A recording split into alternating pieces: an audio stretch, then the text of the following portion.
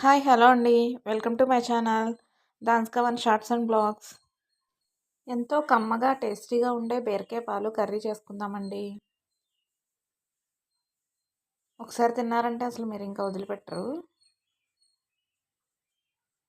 బీరకాయ ముక్కల్ని ఇలా సన్నగా కట్ చేసుకోవాలి. ఒక చిన్న ఆనియన్ కూడా, కొంచెం కరివేపాకు. ముందుగా ప్యాన్ పెట్టుకుని కొంచెం ఆయిల్ యాడ్ చేసుకోవాలండి.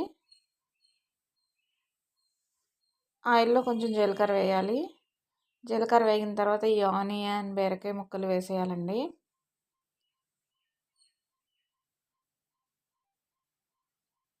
బీరకాయ ముక్కలు కొంచెం మగ్గిన తర్వాత కొంచెం పసుపు యాడ్ చేయాలి. సాల్ట్ కూడా యాడ్ చేయాలండి. సాల్ట్ యాడ్ చేసిన క్లిప్పింగ్ మిస్ అయినట్టుంది. కారం కూడా యాడ్ చేయాలి. ఒక 5 మినిట్స్ దీన్ని బాగా మగ్గించాలండి. మగ్గిన తర్వాత పాలు యాడ్ చేయడమేనండి. ఎటువంటి వాటర్ యాడ్ చేయాల్సిన అవసరం లేదు. మనం యాడ్ చేసిన పాలు మొత్తం మగ్గి ఆయిల్ బయటికి రావాలండి. చూసారా ఆయిల్ ఎలా బయటకు వచ్చిందో? ఇలా ఆయిల్ బయటకు వచ్చిన తర్వాత మనకు కర్రీ రెడీ అయిపోయినట్టే అండి. కొంచెం కొత్తిమీర వేసుకుని స్టవ్ ఆఫ్ చేయడమేనండి.